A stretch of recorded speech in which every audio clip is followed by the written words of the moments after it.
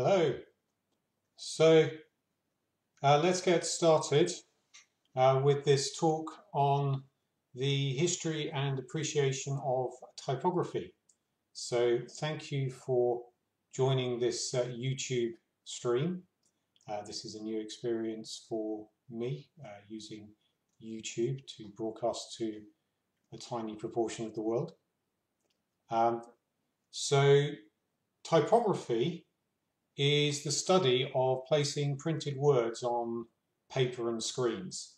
And most of us are surrounded by typography for most of our waking hours. This can be in books, newspapers, advertising, websites, and so on.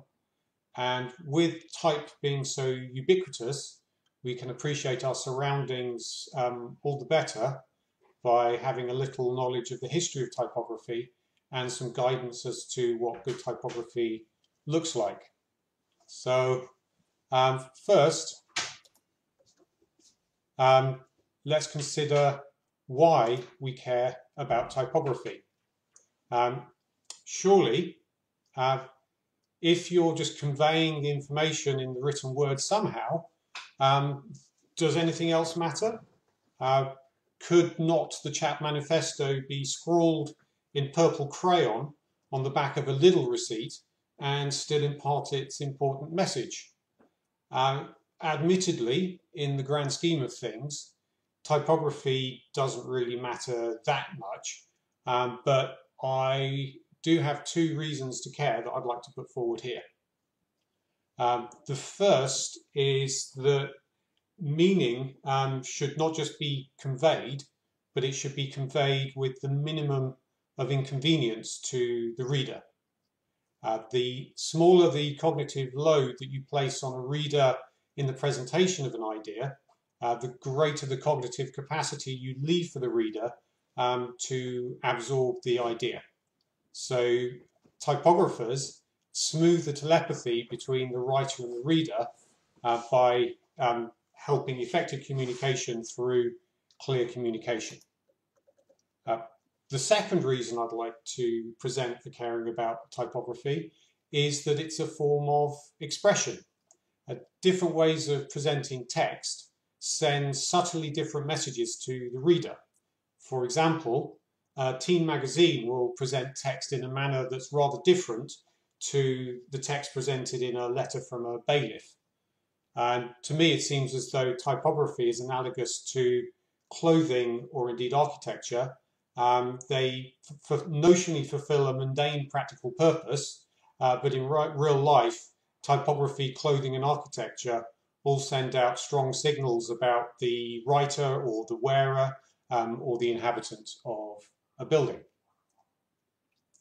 So, where did typography get going? Well, the world's earliest complete printed book is the Diamond Sutra. This is a Buddhist text and it's lodged in the British Library, and this book was indeed printed, but it's rather different to the Western idea of type. It was printed using a single large carved block of wood for each page rather than small blocks of type that could be broken up and reassembled to be reused for a different print job. This technology did develop in East Asia though. It started off in China in around the 11th century, where they first started using clay to cast Chinese characters in type, and then moved on to using wooden type later on. But neither clay nor wood was really robust enough to handle mass print runs, and the technology never really caught on. But more robust metal movable type was developed on the Korean peninsula around 1230, and there is a document called Jikji, dating from around 1377, a Buddhist document, and this is the oldest extant document to be printed using metal type. This document is lodged in the National Library of France in Paris, but this metal type technology from Korea didn't really catch on in a big way. It's really a matter of speculation as to why that might be. Possibly, I speculate that it could be simply the large number of characters used in the writing systems of the region. So, how did printing really get off the ground? Well, it was with this fellow, Johannes Gutenberg.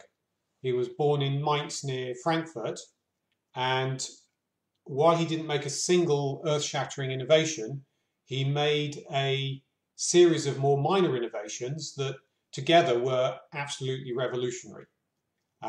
So he developed a process rather than an individual innovation. So the elements of this process included oil-based inks, mass production and use of movable metal type, an alloy of tin, lead and antimony that was durable enough for printing, but it still melted at a low enough temperature that it was easy to cast and recast the alloy into lead type. And he also created a printing press that was based on the agricultural screw presses of the time. And with these innovations put together, it suddenly became practical to produce documents and books in bulk. And so ideas could be shared and transmitted with ease. And this was a key factor in the launch of the Renaissance and the development of science. So it was even more revolutionary than the creation of the internet. And when Gutenberg first started printing, he printed things like papal indulgences, allowing people a certain number of swears and so forth. And he also produced a Latin grammar and a few other bits and bobs. And the purpose of this was to fund his masterwork, which was the 42-line Bible. And this was completed in 1455. It took 5 years to produce, and he produced 180 copies, which sold out immediately because it was far cheaper than a Bible that was hand-copied by a scribe. And what's really notable about this 42-line Bible is that it's far from being typographically rudimentary.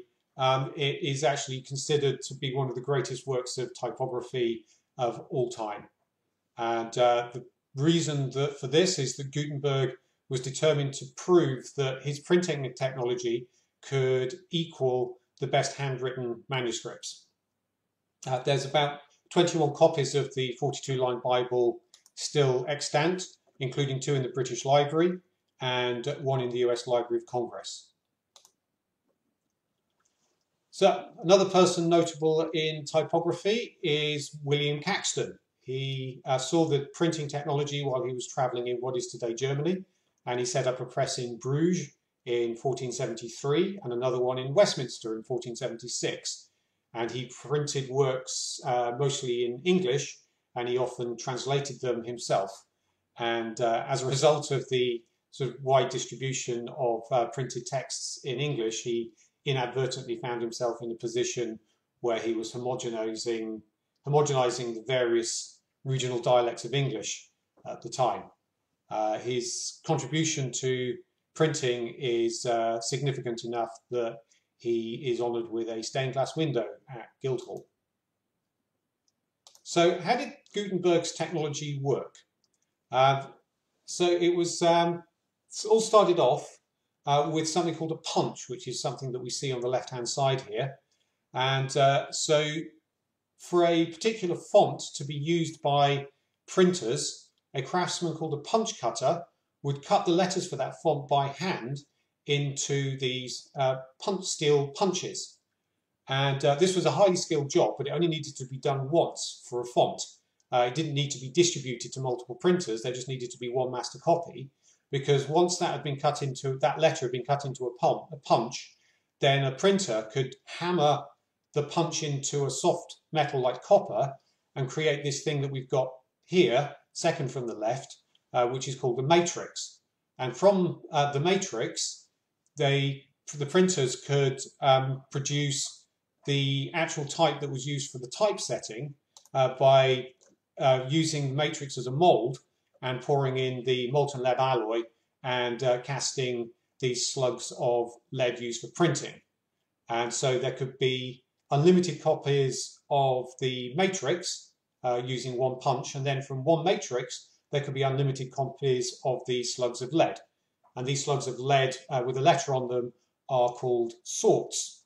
And a printer who ran out of sorts during a print job would be unable to continue with the job, and this gives us the expression out of sorts. Another good thing about Gutenberg's technology is that when these sorts became blunted through multiple uses in printing, it was very easy just to melt the lead slugs down and recast them into fresh sorts. And these slugs would be put into a typesetting case like this, and the typesetter would pick letters out of this case and load them into something called a composition stick, which is what we see on the left here. And by convention, the typesetter would have two cases, with the capital letters kept in the uppercase and the smaller letters kept in the lowercase, and that's where we get the expression uppercase and lowercase in terms of talking about big letters and small letters, or minuscules and majuscules. Using this composition stick, the typesetter would be building the page from the top of the page being at the bottom of the stick, and everything being a mirror image of what was going to be printed. The resulting page would be called a form. But with all of this mirror image and upside downness, it was rather easy for an inexperienced composer to get confused between the letters B, D, P, and Q. And it may be that this is the origin of the expression mind your P's and Q's. So once the form was ready with all of these metal slugs in it, the printer would coat it with a thin layer of ink and load it into a press like the one we've got on the right here. And such a press could produce up to 240 pages an hour, compared to maybe 3 pages a day for a scribe. So there's a couple of people I'd like to mention in this large and venerable industry. First one is Benjamin Franklin.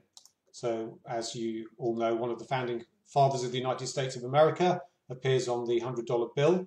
In his youth, he was actually a printer and typesetter, and he did a stint in Smithfield, and in what was to become the USA. In 13 colonies, he founded a newspaper and used it to propagate the ideas of the American Revolution, and he printed American currency as well. Another notable name in the world of type is Beatrice Ward. She is particularly notable because she rose to prominence in an industry that was almost completely dominated by men. And she worked as publicity manager for the major printing company Monotype, an Anglo-American firm, for over 30 years. And she's best known for an essay she wrote called The Crystal Goblet, in which she explained her philosophy of typography as a means of communicating ideas through a clearly polished window. So that idea of smoothing out telepathy again. But printing technology didn't stop advancing with Gutenberg. So it was in the 19th century that printing technology started to improve with the introduction of iron and steam-powered printing presses. And this led to improvements in printing speeds, but the setting of type was still this tedious business of having these cases full of type and setting them by hand in a composition stick. But in 1884, there was a major breakthrough with the introduction of a technology called hot metal typesetting. And here we have an example of a machine used in hot metal typesetting. It's used molten lead sloshing around with the composer sitting at the keyboard that you can see in the lower part of the machine. And as they typed on the keyboard, the molten lead would be used to create the forms for doing the printing. It's a gloriously steampunk kind of device, and if you look out for them, they often crop up in museums. This example I saw in the museum in Swakopmund in Namibia, of all places. They were used for creating newspapers as well as paperback books and so forth.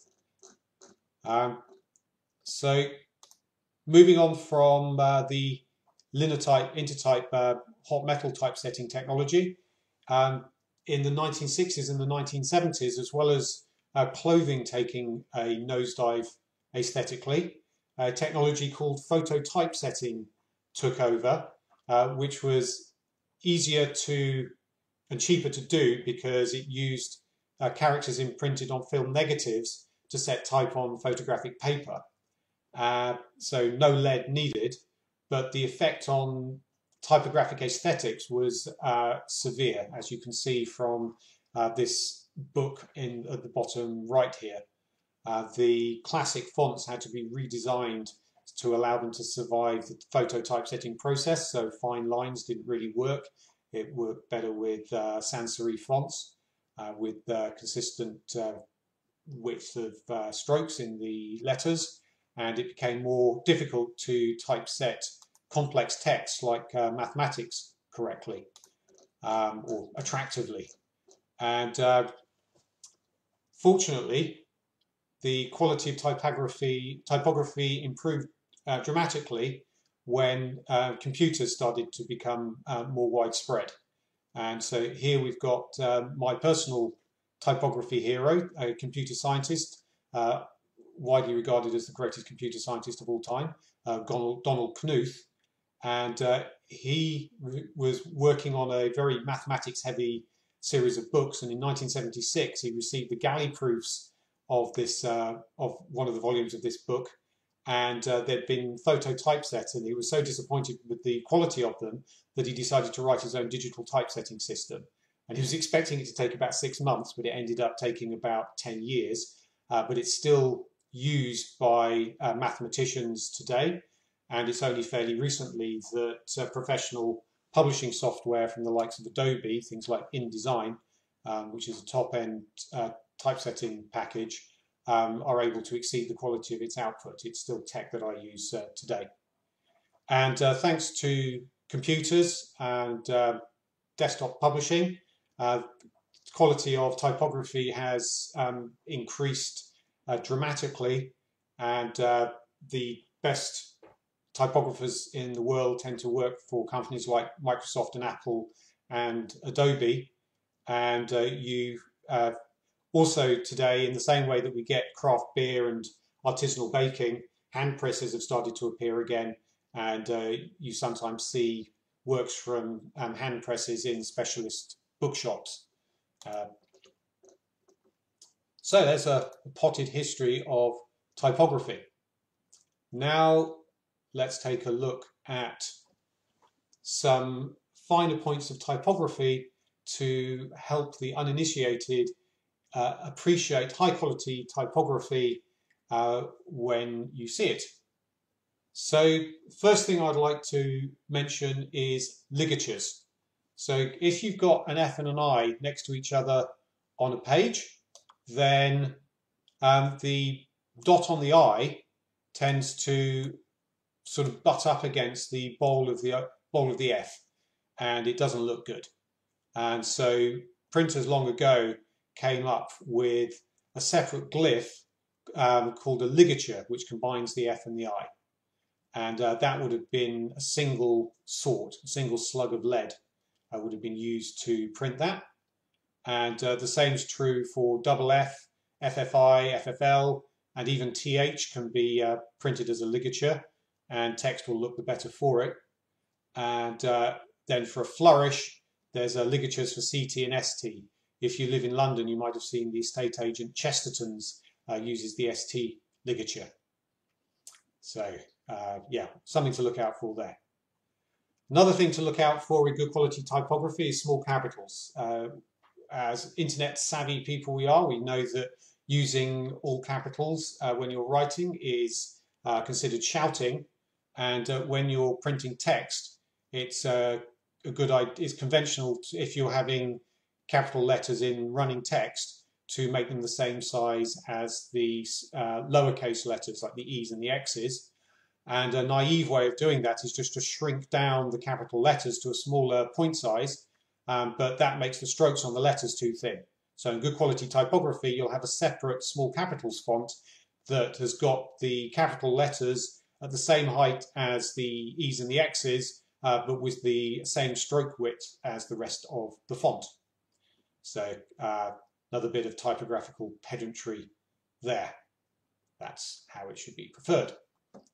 Another bit of typography is old style numerals. So with old style numerals are alternative to this style of numbers, which is fine to see on the side of a van or on a business card or something. But when you see numbers in running text, this can interrupt the flow of the reading. And so in good quality typography, it's preferred to use what are called old style numerals, where the tails of the numerals drop below the baseline. And this is easier on the eye and is considered to be better quality typography. So that's something to look out for. Optical font sizing. So this is something that you don't even see in all over the place in even really rather good typography. So if you are printing a title for a book, then the natural thing to do is just to increase the point size of the font, just to magnify it. So here we've got Kedgeree written in 2 different sizes, but the proportions of the letters tend to start looking wrong if you make them bigger in a title. You actually tend to want the proportion of the letters to look different from how they would look in continuous text. And that's most plain to see if you take this font, which is designed for very small letters, for example, in a superscript, and then blow it up and the letters look too wide. And this particular font has got optical sizing designed for different sizes. So if it was going to be used in a title in the same font, you would have narrower versions of the same letters. And doing this is an indicator of particularly high quality typography. So another thing to look out for in good quality typography is the absence of these dumb ticks, as they might be called. So having a straight quote comes from typewriters, where there was naturally a limited number of characters that you could have. And so both an open and closed single quote and apostrophes were all represented with this vertical tick. So if you've got somebody reporting a greengrocer's apostrophe and they use a dumb tick like this, then the joke's on them, because they should be reporting it using a 9-shaped inverted comma like this. So that is the preferred way to present an apostrophe in good quality typography. Similarly with double quotes, having straight double quotes like that is frowned upon. Much better to use 6699. The good news there is that Office software, like if you're typing an email in Outlook, it will typically do that for you automatically. The fact that it takes the trouble to do that is an indicator of it being a worthwhile bit of typographic practice. So dashes are another touchstone of good quality typography. So on a typewriter or on a computer keyboard, you just have one dash that's used for everything. But in the same way that there are different types of spoon for tea, coffee, desserts, soup, absinthe and so forth, so there are in good quality typography different types of dashes. So there's a type of dash for the minus sign. There's a type of dash for a range of numbers or combining 2 nationalities, for example. You've got the M dash, so when that's used when you're separating off, offsetting a bit of text within a sentence. That's a longer dash than the N dash. These are 2 handy words in Scrabble. And then you've got the quotation dash, which can be used in place of inverted commas for speech. James Joyce preferred to use quotation dashes over inverted commas, which he called perverted commas. And then a particular bit of pedantry in typography is something called the figure dash, which is a dash that is the same width as the figures in the font, so that you can put dashes in tables of numbers. Here this is an American phone number, and you don't mess up the columns that the numbers might appear in on a page. Another thing to look out for in good quality typography is the use of exotic characters. So being fastidious about using diacritics, which is the typographical name for accents on letters. So for example, on the U here, the umlaut is known in typographical circles as a diaresis. And you might see things like this backwards P, which is known as a pilcrow in the trade. A particular one to look out for is the proper use of ... known in the trade as the ellipsis. It's bad form to present that as just 3 full stops after each other. Instead, there will be a separate character in the font, which is explicitly the horizontal ellipsis. There's also a vertical version that can be used sometimes. Again, Office software, things like Outlook, will automatically convert your ... into the correct character. A particular thing that I like to see in typography is the use of diphthongs. This is where 2 vowels are combined together to make another vowel in words like medieval and oeuvres and aesthetic. I find that aesthetically pleasing, and if somebody's taken the trouble to use a diphthong in some text, it's a bit like wearing a detachable collar or having working cuffs on a shirt. It shows on a jacket. It shows attention to detail. So another thing to understand in typography is the distinguishing between Roman, italic and bold text and when to use them. So the typical normal serifed font, a Roman font that you might see in a novel, say a Penguin paperback, is called Roman font, as we all know. This is based on the Carolingian minuscule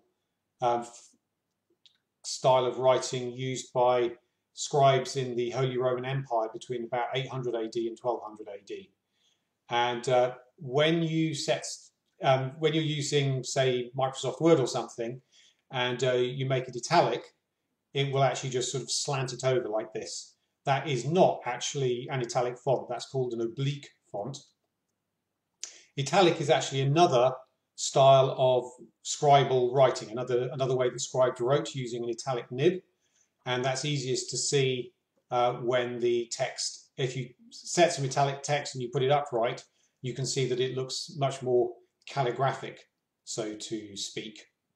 And italic is used for titles of works, and it's also used for emphasis. It's not a good idea to use bold for emphasis. Bold is best used to make a word catch the reader's eye as the reader scans a page. So it's good for things like headings in encyclopedias and dictionaries. It's particularly bad to use underlining in printed text. That's very much frowned upon. If you are going to emphasize, as I said, it's the typographical convention is to use italics. Not so much nowadays really, but in the olden days when desktop publishing was quite a novelty and people produced newsletters with lots of different fonts and underlining and bold and so forth used indiscriminately, typography enthusiasts would sniffily refer to it as ransom note typography. Something else to look out for is 2 broad families of Roman fonts that can be categorized into humanist fonts and modernist fonts. So even quite a skilled typographer on opening a random book would be hard pressed to precisely identify the font that the page has been printed in. And sometimes books will have in them something called a colophon, which may appear at the front or the back, which indicates what font the book was printed in and maybe what size the font was and who printed it. And one way of subcategorizing Roman fonts is whether it's a humanist font, like we have on the left here, where the thinnest part of the stroke is at an angle, as if it had been drawn by a human hand with an italic pen. And that's easiest to see in the letter O, but it's also actually present in letters like B as well. Whereas a modernist font, modernist referring to kind of machine production and a sort of more rational way of doing things, so to speak, this axis is vertical with the thinnest bits at the top and the bottom. And modernist fonts tend to have more contrast between the thickest and the thinnest parts of the font. And that is relatively easy to spot in a page of printed type.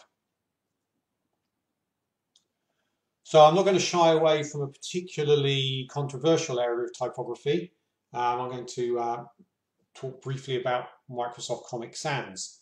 So there's a lot of sniffy disapproval about Microsoft Comic Sans. It was actually originally intended for a little animated dog to produce speech bubbles in an earlier version of Microsoft Windows. And it made its way into the fonts that were generally available to users, and it started to be used rather too widely.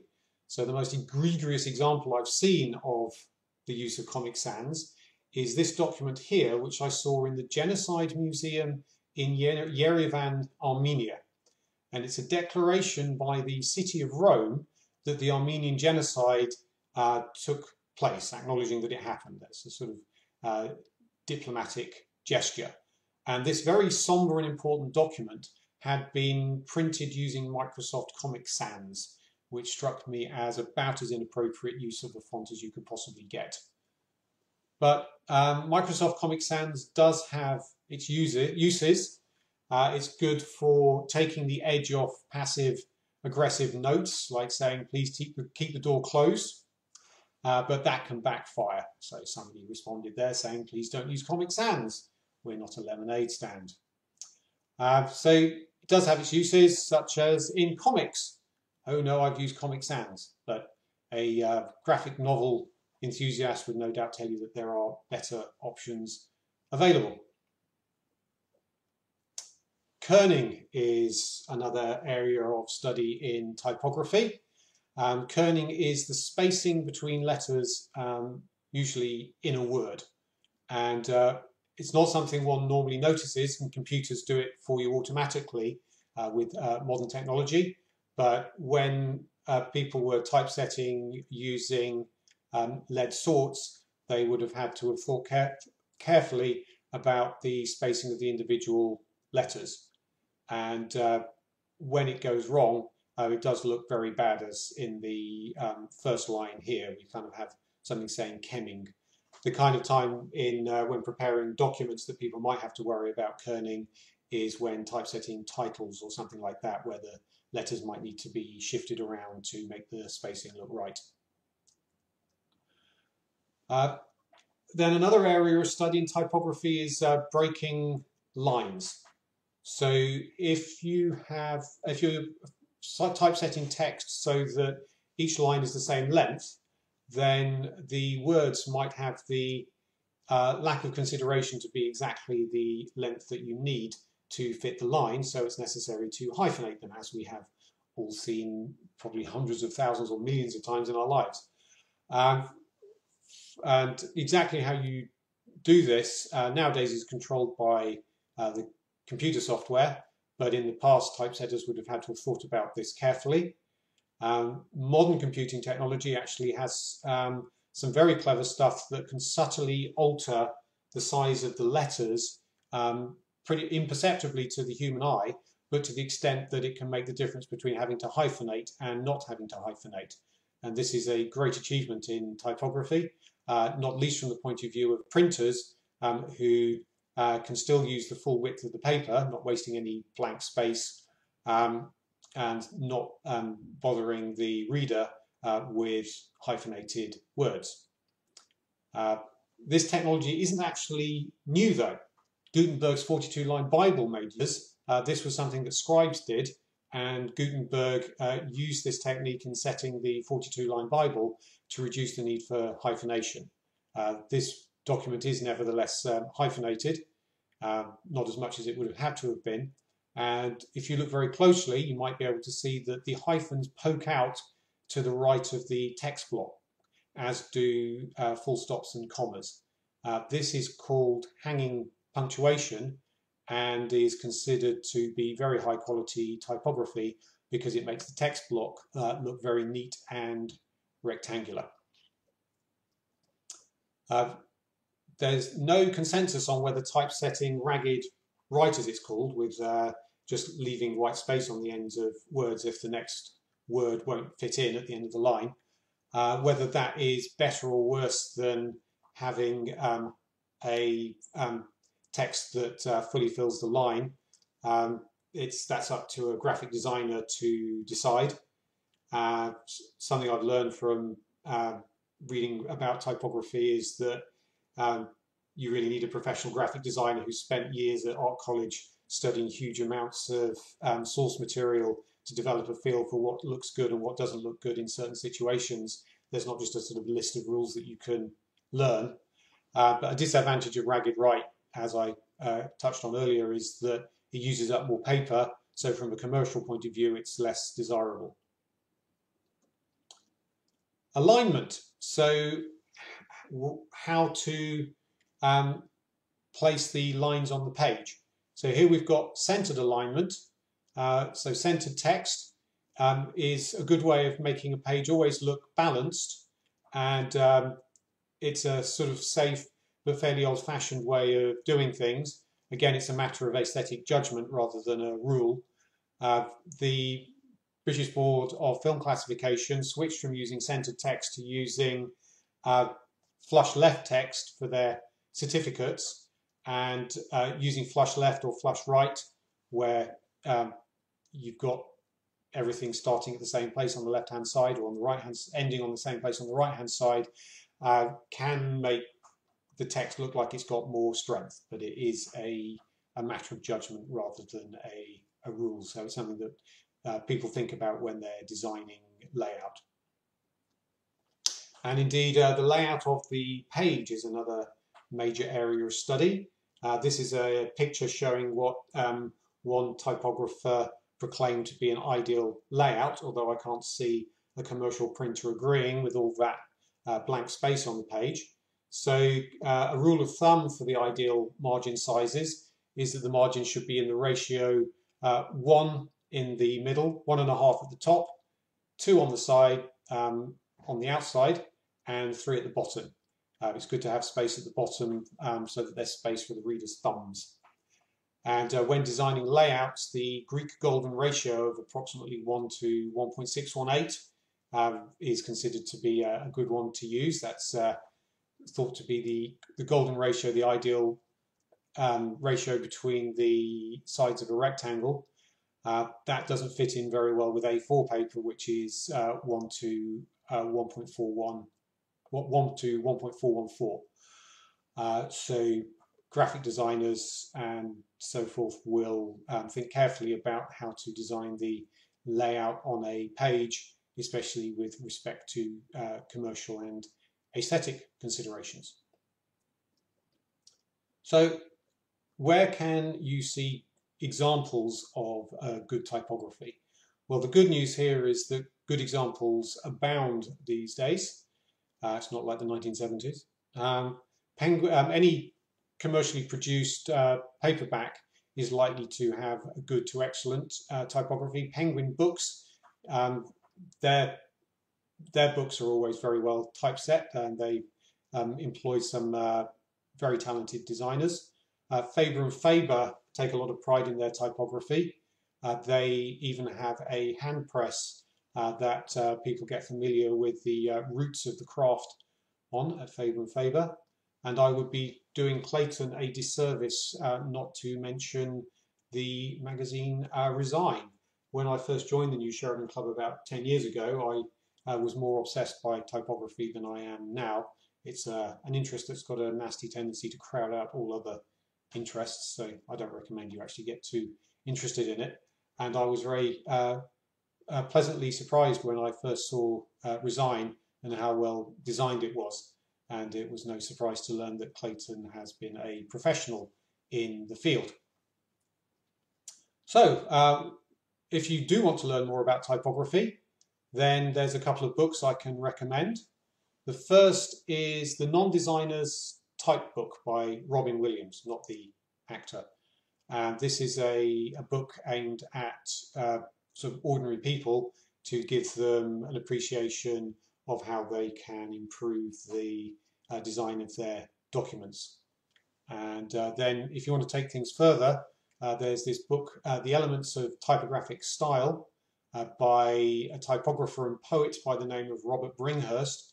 And he treats typography as an almost spiritual pursuit and writes about it with great passion.